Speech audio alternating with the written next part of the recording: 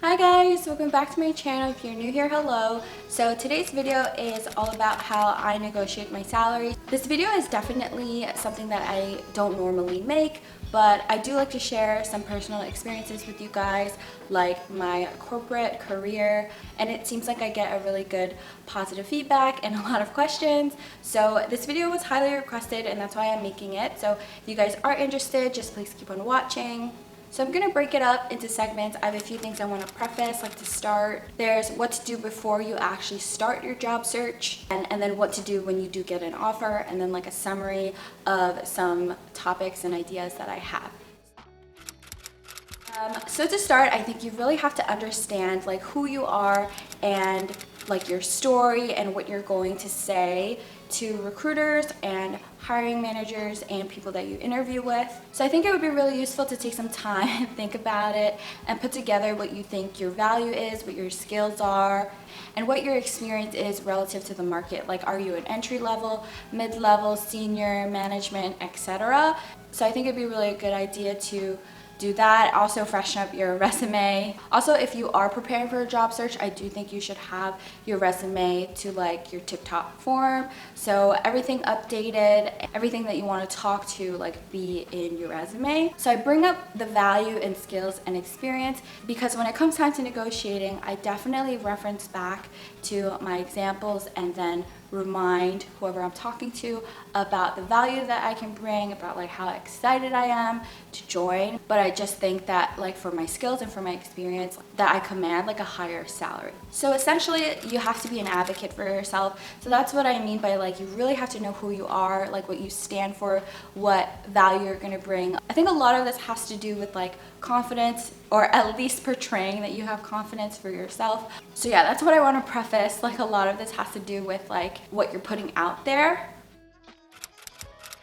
So along with knowing who you are, there are a few things I would recommend for you to do before your job search. A lot of this is like research based, so you really know where you're coming from and you're not just throwing out a number that doesn't make sense, because that wouldn't look good. So I think it's a really good idea to figure out a range of a salary that you are comfortable and willing to leave your current position for and move to a new company. One thing I want to talk about that I've seen on like social media for like those corporate career influencers, they tell you never give a number, and then they tell you what to say, like I really think about the whole package, blah blah blah. Like I don't think that's realistic. So one thing that I was exposed to is like when you are filling out job applications, sometimes there are drop downs for the range of salaries, so you can definitely use those ranges. A lot of the times, like if it already shows up in the job application, like it's a required field for you to fill out. So it's not like you can just like not fill it out and then say I care about the whole package. Like, do you get what I mean? Like, I feel like it's such rose-colored glasses kind of advice. If you're okay with it, like, feel free to give them like a concrete range. And definitely you can reference job postings where they already have a range out there for you, and you can just like use that. Like, so for example, they would do it like in 25K, so like 0 to 25K, 26 to 50, 51 to 75, 76 to 100, 100 to 25, etc. So you can just do like a range of 25,000. So lastly, I've put the salary that I would move for like towards the bottom of the range. I did get feedback from a recruiter saying that my range is a bit high for the position that I was going for. So there you go, that would be some like concrete examples of like me positioning myself. Maybe too high, but definitely I ended up getting an offer and I ended up negotiating it and I ended up accepting it. So there you go. I mean, it's kind of like a house of cards and you're just like trying to get the best number. So yeah, definitely figure out what kind of range you want to give out there. I definitely think like a range is way better than like just giving an actual dollar amount for a salary. So next, I think you have to understand the landscape. Like, are you in an industry or department that commands more money, that has more budget for hiring? Some departments don't have that. Some departments have a smaller budget. But essentially what I think is if your position or your department or industry requires a lot of skill, I think it commands a higher salary because it just requires like a more skilled person. And then vice versa, if it requires less skill, it's like a lot of people are passionate about this kind of industry, So because of that, I think the room to negotiate is not as big. And I think my job and career falls into that category. So for my position, I would say it's more relaxed. It does require some skill, but I think a lot of people can have those skills. Another one that is kind of like side by side to understanding the landscape is I think you should really sit down and try to understand like what are the job requirements and the commitment. So I have experience like working in a few jobs in the same industry, but the differences between them were my responsibilities and the time commitment and everything like that. So to be more specific, I would work like as an in-house underwriter. So I work for the company and I think it's more relaxed. I think it's more considered like a mid-office job where it's not client facing. So the time commitment is still there, like 8 hours a day, but I think it's definitely like just 8 hours a day at that. Obviously there are outliers like busy season, but that's what it is. It's busy season. It's not busy year. So yeah, but during like normal times, it would be normal work hours. And then vice versa, it would be like the same industry, but it would be consulting. So the responsibilities were a lot more. And then because of that, the time commitment is a lot more. And because it's client facing, if there are any immediate issues, you have to address them immediately. So I think because, in my eyes, a salary is trading your time and effort for money. If a job is more demanding and commands more of your time, I think the salary should be reflected to be higher. Definitely don't expect to make the same as someone that is in consulting or someone that is in a client-facing role, because those roles are more demanding and your job is more chill. So your job is going to pay you less, but you just have to understand like what the responsibilities are and then like what the company culture is. Like, is it expected of you to stay late, or is it something that can be handled tomorrow? This might be a touchy subject, but definitely feel free to reach out to your friends, your colleagues, and if they're okay with it, like talk to them about salary. And I've also found that people may be more willing to share salaries that they used to make and not the salary that they're currently making. I've definitely like talked to people that are more superior to me, and then like I'll ask like, hey, how much were you making like at my role or the role before me, just so I can get a scope of like what they were making. But again, a lot of salary like is to the T. So sometimes they'll look at like what school you've been to. I've heard that if you go to a management school and you're getting like a corporate job, you might get a little bit more than someone that went to like a liberal arts school. It's something good to ask, but I don't think you should like really apply it or take it too seriously to yourself. Okay, so because this is like how to negotiate your salary or how I did, I'm just gonna skip ahead. So at this point, you've already gotten an offer. So now I'm gonna talk about what you should do when you do get an offer. So would I recommend accepting the first offer? So I would say for an experienced role, so anything that is like not your first job out of college, I would definitely say don't accept the first offer. For the first offers that I ever got when I was like a fresh undergrad, I did accept the first offers because I was just so excited and I was so exhausted and stressed out from finding a job. I was happy with it. So I never negotiated my first salary, so I really can't speak to it. But I guess if you did and you want to share, definitely comment down below. I would love to know if you did and like how did it go. But what I mentioned in like my timeline of careers, I did negotiate for experienced roles. In my personal experience, a lot of this is like a waiting game, and I feel like recruiters like will just try to wait you out or like let you sweat it out. Personally, because we're human, and like when we get opportunities, like we just want to jump at them. So yeah, you can ask for more, but they're definitely gonna take their sweet time in like getting back to you. So that's definitely something to think about if you do want to negotiate your pay. You're definitely going to have to wait like a few days up to a week to get any updated numbers. And another thing to consider when you do get an offer, I think it's really important for you to consider what is the entire package that you're getting. So are you getting medical, dental, vision, insurance coverage? What does that look like? What is your employer contributing towards the rate. How much are you responsible for contributing? That's definitely something you want to consider. You also want to consider for like a 401k, are they giving you a 401k? How long do you have to wait to be eligible to get 401k? And how much is your employer going to match up to the percentage for 401k? And of course, there are a ton of things like, is there a hybrid work from home schedule? Where is the office? Like, what is the time commitment to you commuting if you do have to commute? And how much PTO time are you getting? So yeah, like what I said, I talked about a lot of different things, and it's true, there are a lot of different things for you to consider in your compensation package. But of course, personally, in my opinion, I think the salary is the most important. So I definitely think you should at least always try to negotiate your salary and see what kind of feedback you get. Of course, like what I said before, like your range of salary should be like what you're willing to move for.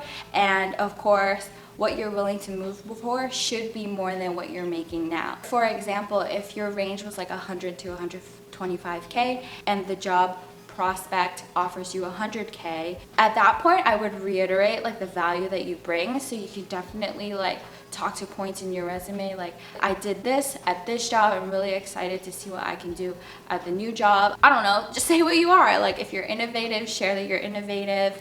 If you are a quick learner, you can say that. I think recruiters definitely will come back and like ask you, hey, what are you looking for? At the end of the day, personally, I feel that although recruiters are working for the company, they are a representative for you, and you should be an advocate for yourself. At that point, I think realistically, you have to come to the number that you are willing to accept. I think for the most part, like the first offers that I ever get for jobs were always more than what I was making, and I was always happy enough to move.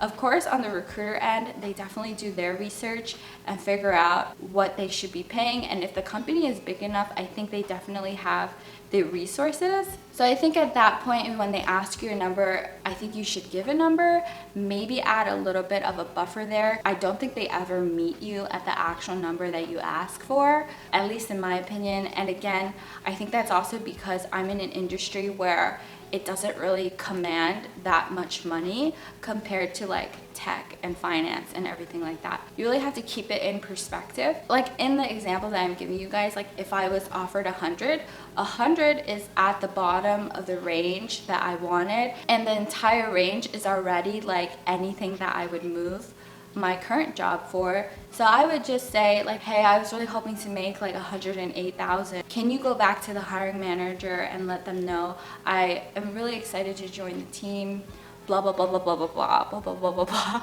And also, if in your interview you learn anything about the hiring manager, like they want you to work on a specific project or really looking for support in a certain area, you could definitely speak to that. Say that, you know, you have experience in the past, or you're super excited. Like just remind everyone like how valuable you are. So I think after like the middle of negotiating, it will take a few days, and if anything, they will like ghost you and like they'll just forget about you. That's how I felt. I felt like forgotten about, like, hello, like where's my offer, where's my new job? I think they're just trying to like let you sweat it out or anything. Definitely share with me if you guys have like any experiences like that. I want to know if it's like just in my head. And then after that, they'll come back and share with you like the news of negotiating your pay for you. Like the recruiter will take what you ask and then go to the hiring manager and figure out like what the budget is, everything like that, and then they'll come back. So after the negotiation, they come back and say that they could only increase my pay by like a couple thousand, which was less than what I was asking for. Like it was really little, like 2 or 3 or 4. And then they would offer like a signing bonus. So for both of the job offers that I negotiated, I ended up getting like a 5K signing bonus, and like better than nothing. So that's what I mean by like definitely try to negotiate. It's definitely better to try and get a no, and like you'll never have to wonder about it as well. Just to dive into like why they do it that way, I think they really put the signing bonus as an effort to get you to move, and also they only have to pay you the signing bonus once.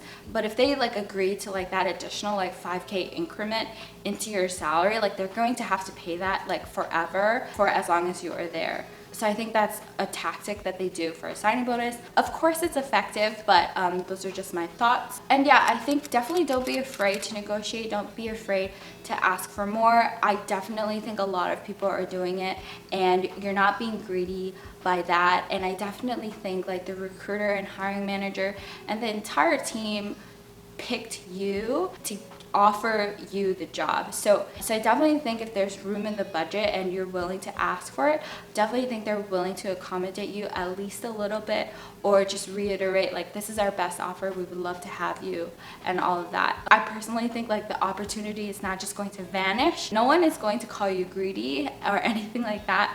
I just personally think you need to be an advocate for yourself. If you're not going to ask for more, no one is going to ask for more for you. So if you want to make more and if you have an opportunity to ask for more, job changes are definitely the best place to do that for yourself. So yeah, that was everything that I wanted to share about like what you should do when you do get the offer. As for the rounds of negotiating, I only do one round of negotiating because like I'm really impatient and I've never really tested the waters to negotiating twice. Like what I mean by that is like if you get 100 and then you ask for 108 and they give you 102 and then you ask for 108 again, like I haven't done that part. I'll just like accept the 102 in that scenario.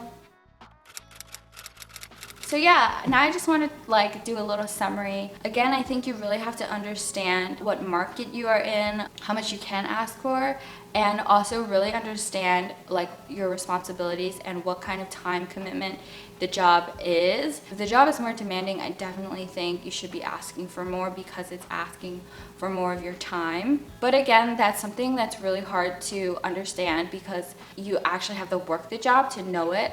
But I think the more time you spend in an industry, you'll learn things, you'll hear things, like you'll do some research. I think you'll definitely like start to navigate your field as you spend more time in it. I think if you're definitely driven and willing to pick up the skills for what is required and you learn and you work on projects and bring value to a company, the money will definitely come. And also I think like time off is also a reward.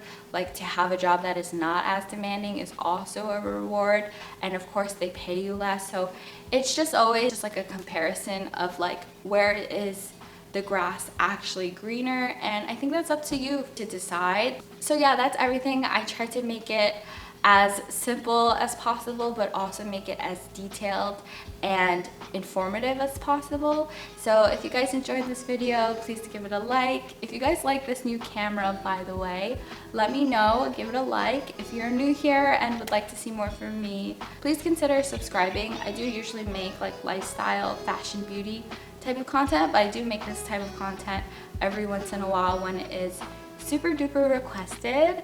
And as always, I'll see you guys in the next one. Bye.